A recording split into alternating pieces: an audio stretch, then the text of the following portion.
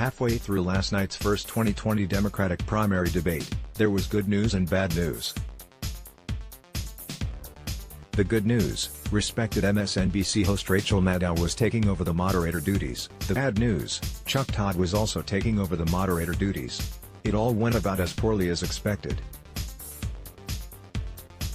Chuck Todd is coming off a week in which he disingenuously tried to downplay the horror of Donald Trump's child concentration camps, just as he was landing his first ever interview with Donald Trump, two things which surely weren't a coincidence. NBC News promptly rewarded Todd for that act of journalistic malpractice by naming him one of the 5 moderators for the first round of Democratic primary debates. Since he was only one of 5, how much damage could he do? The answer was, ultimately, not a lot, but that wasn't for lack of trying.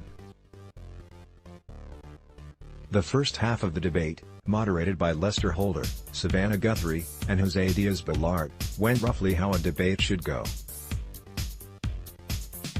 Most of the questions were aimed at forcing the candidates to spell out their stances and proposals in more detail. The second half of the debate was a different story. When Chuck Todd and Rachel Maddow first took over, the audio system promptly malfunctioned. That ended up being the high note. From there, Chuck Todd began asking gotcha questions that were not so subtly aimed at stirring up trouble, but too long-headed to do the kind of damage that Todd was hoping for. The real trouble, though, was that he just wouldn't shut up.